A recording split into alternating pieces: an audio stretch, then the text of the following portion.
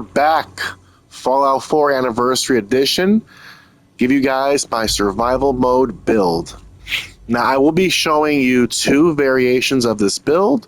One is for survival mode, and the other one will be for survival mode perma-death. Now, I play perma-death, so I will give you the build that I'll be using. But if you don't care about that at all, you just want to do survival mode, you don't care if you die, then I'll show you the build you'll be using. I'll show you that one first, and I'll show you the variation for my own personal build. I have here Vault Dweller Survival Guide, Collector's Edition. I just wiped the dust off of it. We're going to turn to the special page. Now, if you fast forward, you'll see the build. I'm pretty sure most veterans will know why I picked. But if you want a deep breakdown of why I did it, I'm going to explain. This will take a little bit of time, probably 15, 20 minutes.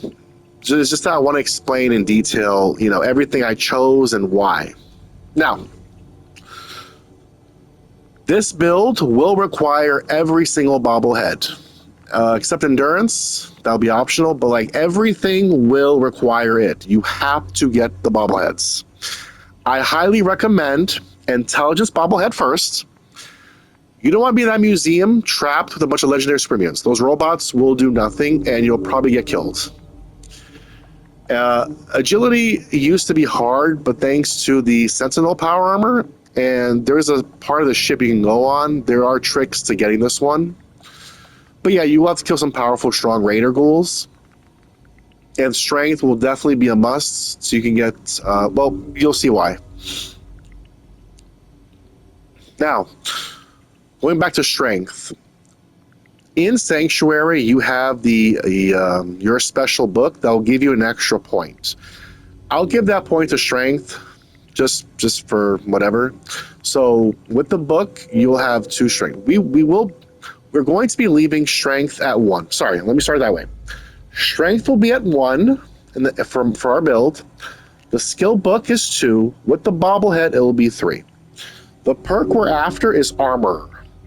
Now, there are a lot of useful perks here in strength, but in the beginning, we're only going to go up to 3, so we can get that one. Around level 60, as I level up, I'll start using it for points to increase my special instead of getting a perk. And yes, Rooted is a very good perk. I'm pretty sure if I had it, my last perma-death run would not have ended so sadly. More on that a bit later. But yes, I was level 99. I had put in over 900 hours.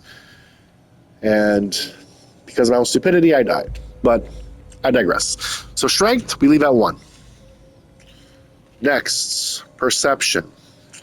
Here's where it gets a little interesting. Going back to how I died, I blew myself up.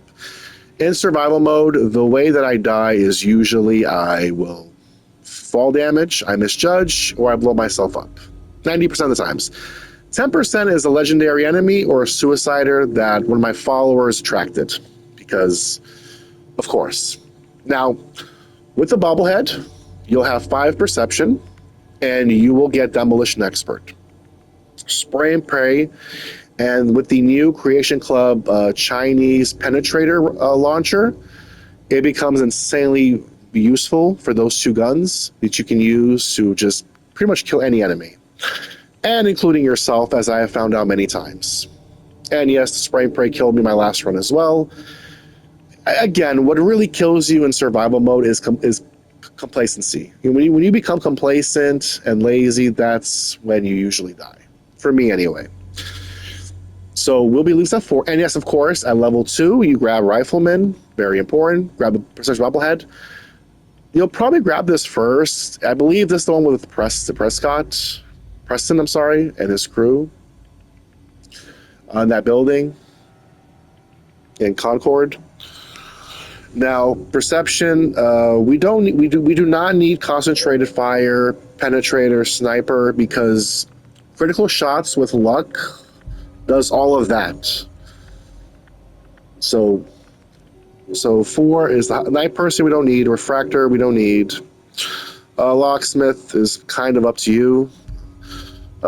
Awareness, no, no. I think when you upgrade one of the levels, you get something a bit more better. But pickpocket, yeah, you really don't want to get too close to the enemies in survival mode. So yeah, rifleman, damage expert. Now, for endurance, this is where it's going to get interesting. For endurance, we'll leave it at one. Many people do one endurance builds. If you're kind of new, I can understand if you want to go to four with the bobblehead, which is really hard to get. You'll be able to get the Aqua Boy / Aqua Girl, and very powerful to be able to swim around the Commonwealth and, go anywhere. I rarely have been killed in the water, only one time. But I jumped in. I was fighting an enemy, a legendary popped up and killed me, but that was a long time ago. I think maybe it happened twice, maybe. I'm not too sure. But for newer players, it might be more comfortable than doing a one endurance build. Now, I would like to propose something a little bit different. For my perma-death run, I will be using 4 endurance, but the reason you're going to do 1 endurance is because you're going to take those points and you're going to give it to charisma instead of endurance. Because you can build stores. With the medic perk, build a medical station, workstation, and with that, you can just heal your radiation at many places. You have many settlements.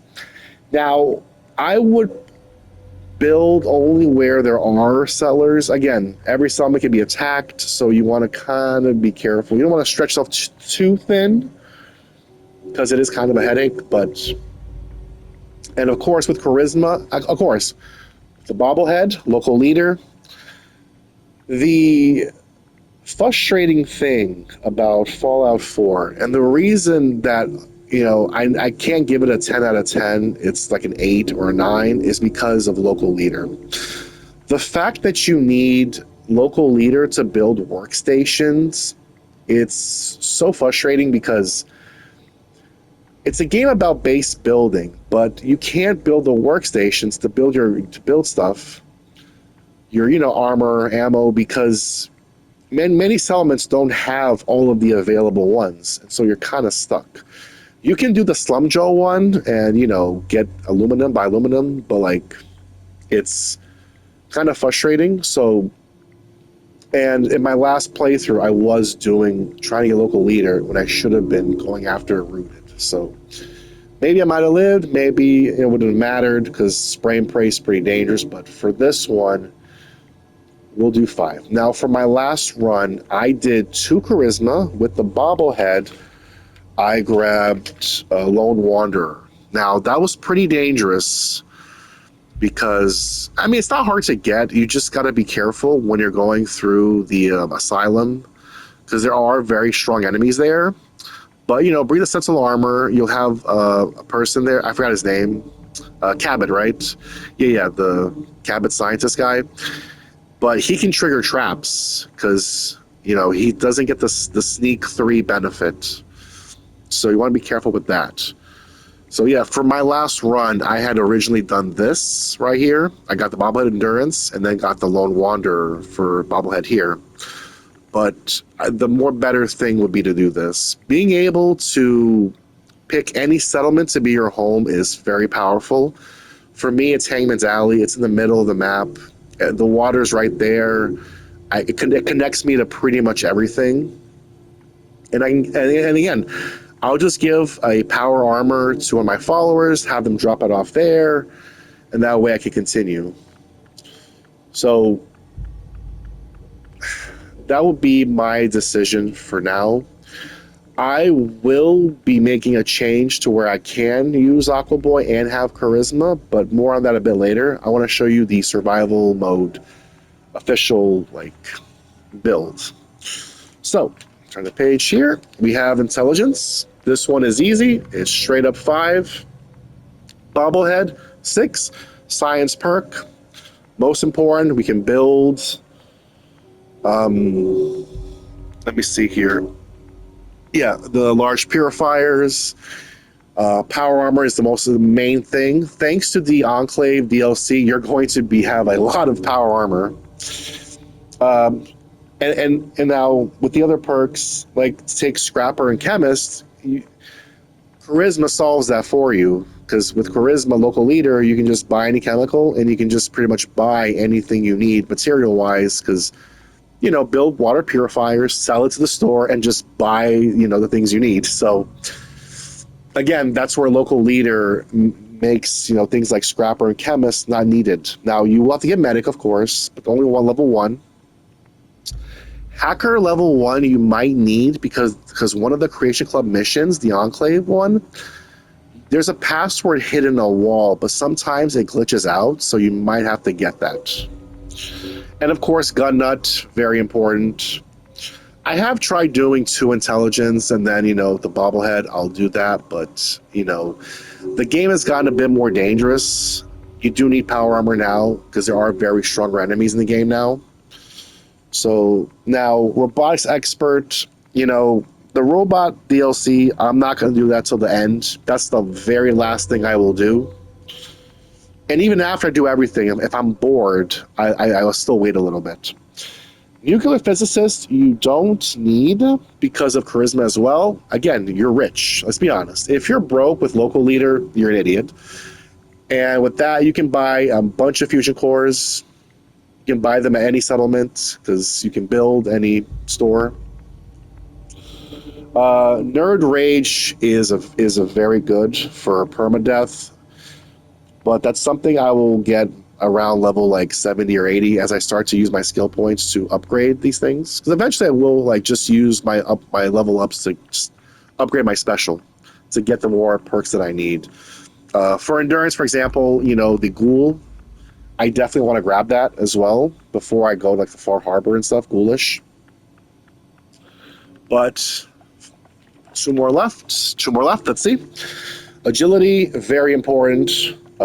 6. Agility, now, of course, with the bobblehead, we will have 7, which is Ninja. Ninja, self-explanatory, does more damage. We're going to have a rifle with a silencer on it, so Mr. Sandman and Ninja, very important. If we miss our target, we will have moving target and Action Boy to run away, or Action Girl. Now, of course, the most important perk is Sneak. Sneak level 3 to avoid traps, and Commando for the Spray and Pray to help out as well. Spray and Pray with Demolition Expert. And Commando, make it a god tier weapon that can kill pretty much anything easily in survival mode. Now, Gun Fu you don't need because of luck. Blitz, yeah, melee, survival mode, fun, but again, if you're trying to survive, not die, probably not a good idea. Quick Hands, again, if I'm reloading a gun, I'm never going to do it in combat. I'm running away. If the target is still alive and I have to reload, I'm running away. And very important, I don't use VATS that much. That's why I don't care that the agility is low. In VATS, you can get hit. And in survival mode, 2 or 3 hits, you're dead. So you kind of want to avoid that. The only VATS, I only use VATS when I'm doing a critical shot. Unless it's a very weak enemy, like a rad roach or something, I might do it. Or like an enemy that's not going to pose so much of a threat, and I'm just being lazy. Complacent, which is not good, but normally I'll use Jet, and that's when I'll fire. That way they can't hit me, but I can hit them with Jet, right? And Jet, of course, goes back to Charisma. Well, not really, because you can just build a Jet farm anyway with the Brahmin. That's not the DLC, which I'm very grateful for. Because in the beginning, you had to find the Brahmin trader, make her spawn, which could take hours or days to do. So we have that covered. And finally, luck is 6. With the bobblehead is 7. Obviously, we want critical banker. Now, you might be thinking, well, 4-leaf clover and Grim Reaper Sprint are very important for filling that critical meter, which we're very dependent on. Charisma Local Leader fixes that because we can buy frag mines, place them, and shoot at them to increase our critical meter. It's a bit of a hack.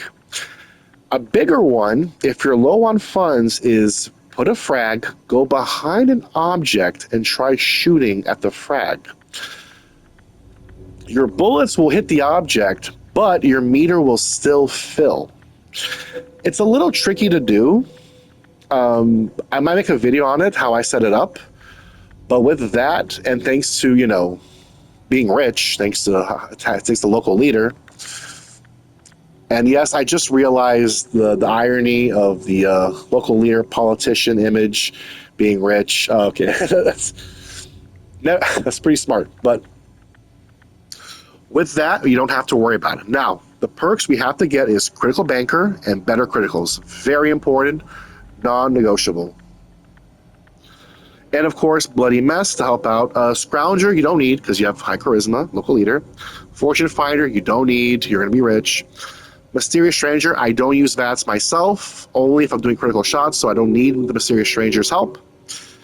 Ricochet, that's, again, 2-3 shots, you're dead, so that's kind of useless.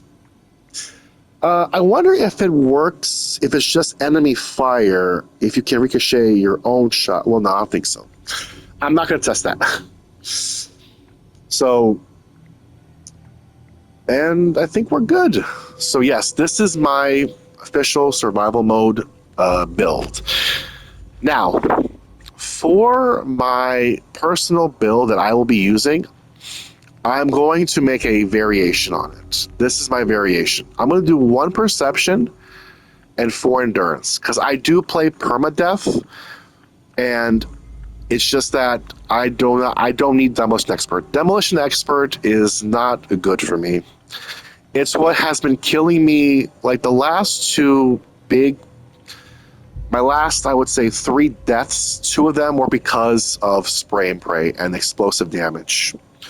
To be fair, it was a glitch where there was a glitch in the game where an invisible wall would pop up, so the bullets would hit it and hit you back.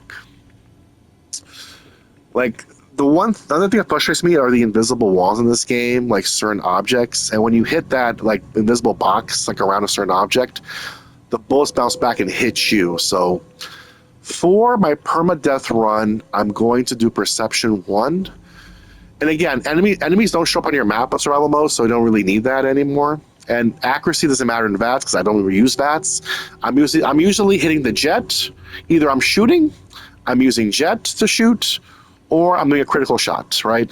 So it's not really a factor for me, my playstyle. So for my survival mode, perma-death, I will be doing this.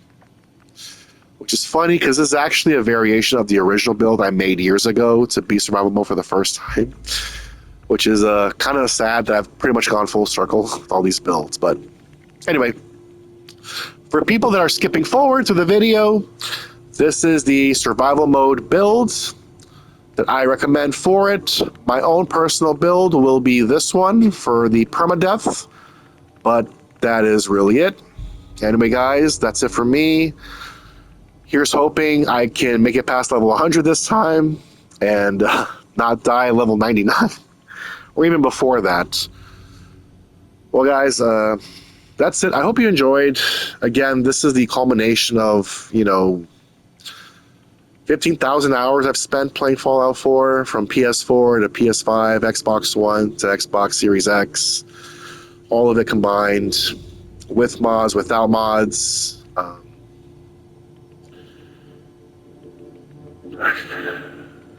Here we go again. That's all I can really say. That's all I can really say, man. Here we go again. I thought, I was kind of hoping they would have announced the anniversary edition a little bit later. That way, I have more time. Because again, I died in September, my build, so. But that's it for me, guys. Like, comment, subscribe if you like my builds. I will post this on some forums on Facebook, so if you see it, give me a shout out. And, well, here we go.